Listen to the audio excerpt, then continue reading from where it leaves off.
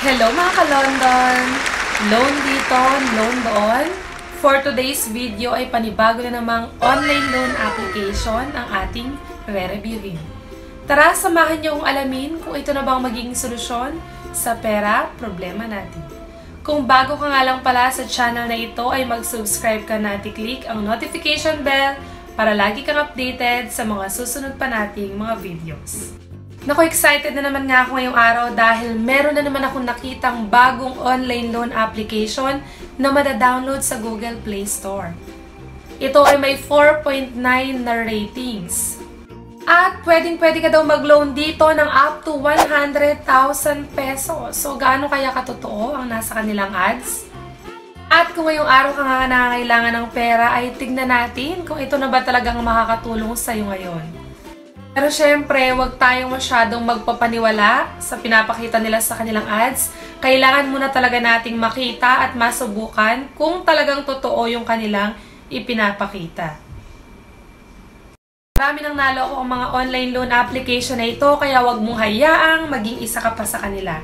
Kaya tama ang ginagawa mo na nanonood ka muna ng ganitong klase ng video para at least magkaroon ka ng idea kung legit ba talaga o hindi ang ola na balak mong pagloanan. At kung desidido ka na talagang mag-loan ngayong araw, ay siguraduhin mo lang na ilimit sa 3 hanggang 5 contacts ang nasa phone book ng cellphone mo para at least kung mag-message yung mga agent ng ola ay hindi lahat masenda ng messages yung nasa phone book mo. At ang ola na re-reviewin nga pala natin ngayong araw ay ang PXT Loan.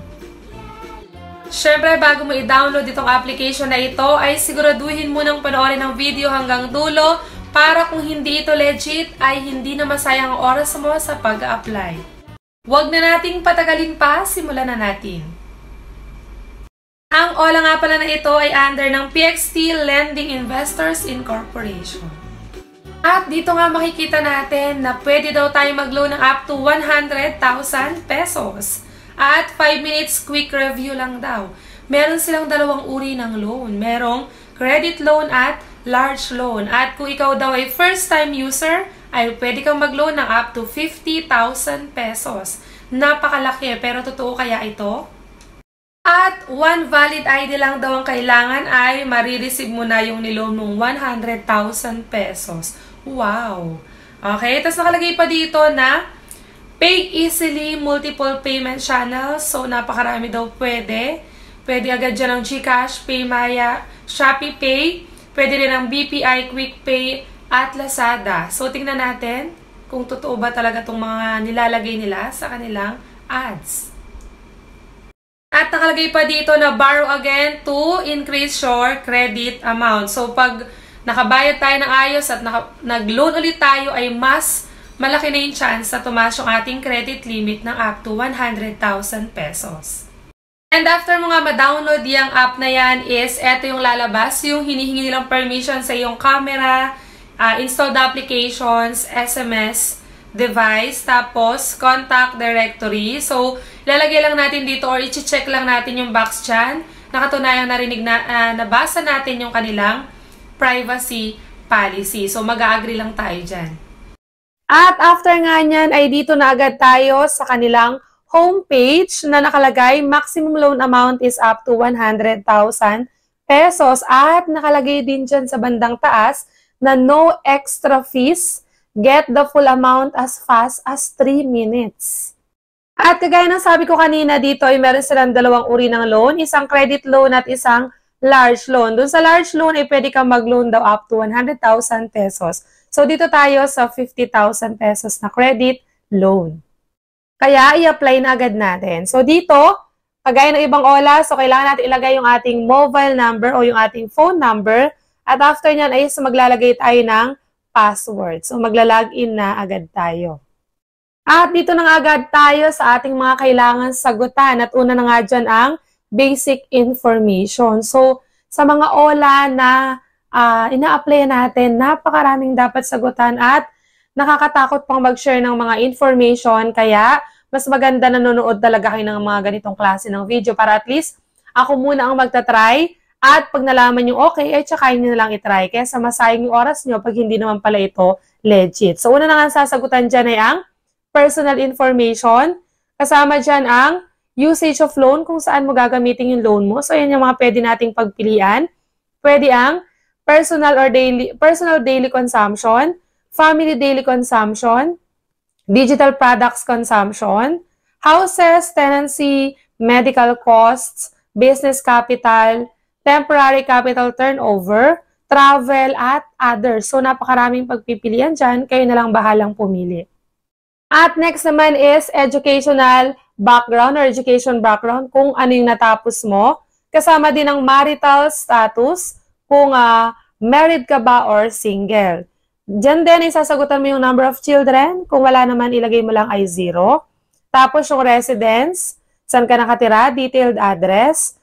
Residential ownership, kung ito ba ay pag-aari mo or nirerentahan mo lang. And after nyan is contact information agad. Dito sa contact information or contact reference, dito sa OLA na ito ay 2 lang ang kailangan. So ilalagay lang natin yung pangalan, tapos yung kanyang phone number at kung kaano-ano natin siya. At susunod dito sa job information, so kailangan mong ilagay kung anong industry category na bibilang yung trabaho mo, yung company name, working experience, kung kagaano ka nakatagal sa trabaho mo. Kasama din yung payday 1 or at payday 2 kung quincenas or katapusan. Tapos monthly income, kung magkano yung buwan ng kita mo. Kasama din ang company address at detailed address ng iyong kumpanya. At dito naman sa identity authentication, ito yung mga ID na pwede mong magamit or isubmit. So, pwede ang UMID, passport, driving license, SSS, PRC, postal ID, at national ID. And after mong makapili ng ID is facial recognition na. So, ito lang yung maganda sa mga OLA na may facial recognition is makakasiguro sila na ikaw talaga yung naglo-loan at hindi lang nagamit yung ID mo ng ibang tao para gamiting pang-loan. At napakabilis nga lang talaga ng proseso ng pag-apply dito dahil once na nakapaglagay ka na ng iyong basic information at yung identity authentication is natapos na, ay eto na agad ang lalabas.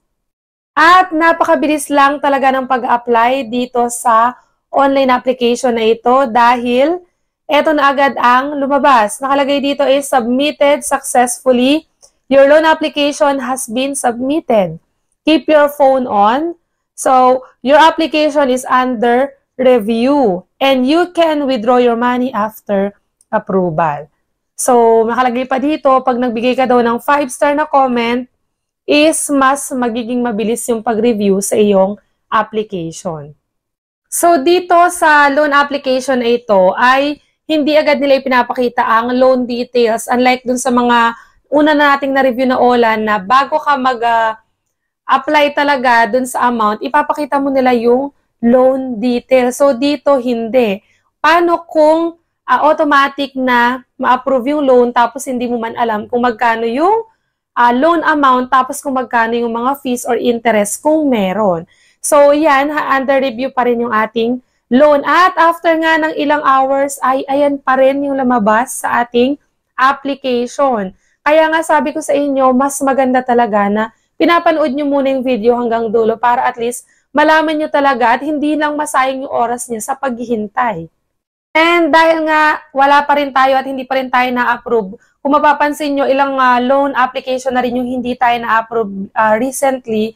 So, mas maganda na talagang pinapanood nyo yung mga video hanggang dulo. So, tingnan din natin kung ano ba yung mga naging reviews ng mga nakatry na at na-approve na dito sa loan application na ito. At eto nga yung sinabi ng isa, no? Fast and easy to use the app. Easy to apply for loan. Hope to be approved ASAP. Will edit this review after approval. So, na-edit niya tong review at ang nilagay niya, after a few minutes, I'm rejected. So, kagaya lang din natin, no? Hindi rin siya na-approve dito sa loan application na ito. Tapos, meron din dito, nice app, very easy to apply but still waiting to approve my loan. Why still now my loan status is not know if approve or reject? So, parehong-pareho ng na-experience natin or na-experience ko dito sa online loan application na ito. And dito, easy to navigate and the informations are well-versed, hoping for a fast approval. Tapos, meron pa rin nagsabi dito na having a hard time on facial recognition, hope this will fix. Gonna change to 5 stars if pass. And eto pa, positive naman to isa, easy to navigate. I hope that this is one of the legit online apps, so I'll tell it to my friends. So, ayan yung mga reviews na binasa natin, na nakita natin dito sa online loan application na ito. So, kadalasan, medyo negative yung reviews nila. So, kagaya nga natin, hindi ako na-approve dito sa Ola na ito. At dito na nga natatapos ang review natin ngayong araw. Hanggang sa muli mga ka-London! Bye-bye!